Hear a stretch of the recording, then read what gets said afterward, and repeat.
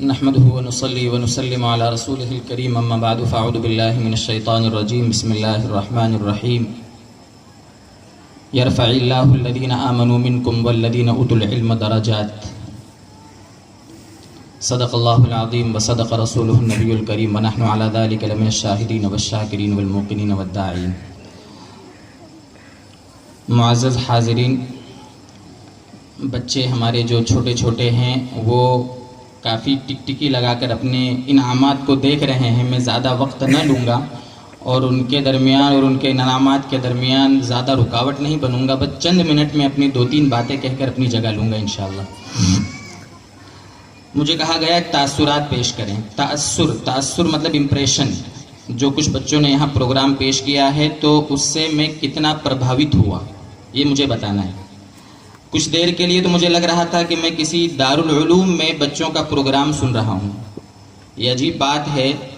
اللہ تعالیٰ جزائے خیر دے ان دینیات مکتب کا نظام چلانے والوں اور اس کو اسٹارٹ کرنے والوں کو، کہ ہماری جو یعنی گہما گہمی والی زندگی ہے یا ہماری جو کچھ اسکولی اپنے بچوں کی لائف ہے اس میں سے اس کو ڈسٹرب نہ کرتے ہوئے 1 گھنٹہ 24 گھنٹے میں سے ہم اپنے بچوں کو اس میں بھیجتے ہیں اور اس 1 گھنٹے میں بچے سب کچھ سیکھ رہے ہیں. عجیب بات ہے، سب کچھ سیکھ رہے ہیں. ایمانیات، اعمال، عقائد اور نہ جانے کیا کیا اخلاقیات پر ہمیں حدیثیں سنا رہے ہیں. صحیح تلفظ کے ساتھ قرآن کی صورتیں سنا رہے ہیں، دعائیں سنا رہے ہیں. یعنی یہ بات بڑی کھل کر کہی جا سکتی ہے کہ جتنے بچے یہاں پر آئے تھے ان کے دادا یہاں ہوں گے، ان کے باپ ہوں گے، چاچا ہوں گے، ان کی مائیں دادیاں وغیرہ ہوں گی، ان کو بھی وہ چیزیں یاد نہیں ہوں گی جو ان کا بچہ اور پوتا یہاں کے سنا کے جا رہا ہے. بلا مبالغہ کہی جا سکتی ہے یہ بات. عجیب بات ہے. یعنی یہ ہمارے لیے بہت بڑی نعمت ہے، بہت بڑی نعمت ہے. سب سے پہلے تو ہم ان محنت کرانے والوں کا خوب شکر ادا کرتے ہیں، ان کو مبارکباد دیتے ہیں کہ انہوں نے ہمارے بچوں کو اس قابل بنایا کہ وہ اسٹیج پر آ کر ہم کو یہ سب سنا رہے ہیں. تو یہ ہمارے لیے بڑی سعادت کی بات ہے. ہم کوشش کریں، یہ نیت کریں کہ ہمارے گھر کا ہر بچہ جو تھوڑا سمجھنے لگا ہو اس کو ہم اس مکتب سے جوڑیں.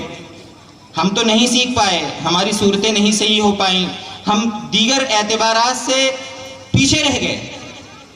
اگر ہم اپنے سچی طلب کے ساتھ اپنے ان بچوں کو اس دینی مکتب سے لگا دیا، ہمیں اس سے کوئی انکار نہیں ہے.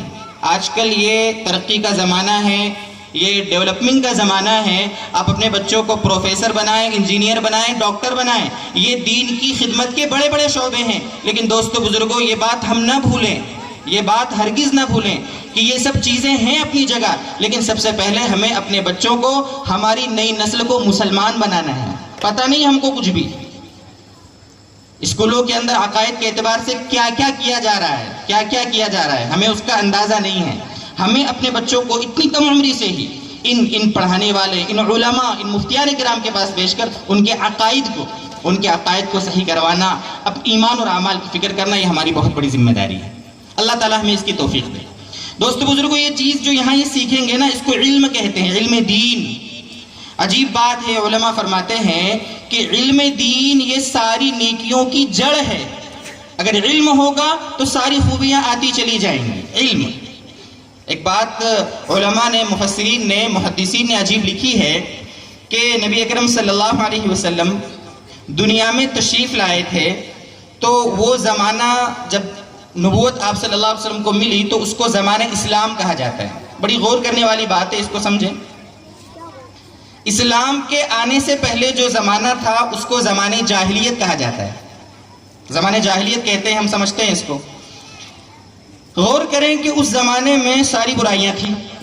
چوریاں کرتے تھے وہ لوگ، ڈاکے ڈالتے تھے، زنا کرتے تھے، ایک دوسرے کو قتل کر دیتے تھے، پتہ نہیں کیا کیا برائیاں کرتے تھے اسلام سے پہلے زمانے جاہلیت میں.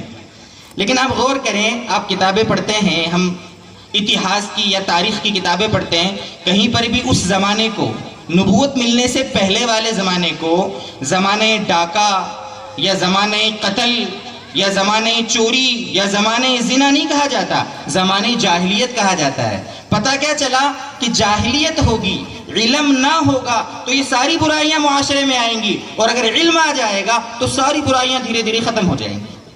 ہاں یہ بچے جو مکتب یہاں پڑھنے آتے ہیں، یہ بچے دوسرے بچوں کے مقابلے میں ماں باپ کا کہنا سنیں گے، چونکہ علم سیکھ رہے ہیں، ان کے اندر اخلاق ہوں گے، ماں باپ کا اکرام ہوگا، ان کے اندر بڑوں کا اکرام ہوگا، چھوٹوں پر شفقت کا جذبہ ہوگا، کیونکہ وہ علم سیکھ رہے ہیں، علم جڑ ہے۔ اس لیے علم سے انسان بنتا ہے، علم سے انسان مسلمان بنتا ہے، علم سے انسان اللہ کا سچا فرما بردار امتی بنتا ہے۔ بہرحال اللہ تبارک و تعالی ہمیں ان بچوں کے متعلق اور زیادہ فکر کرنے کی توفیق عطا فرمائے۔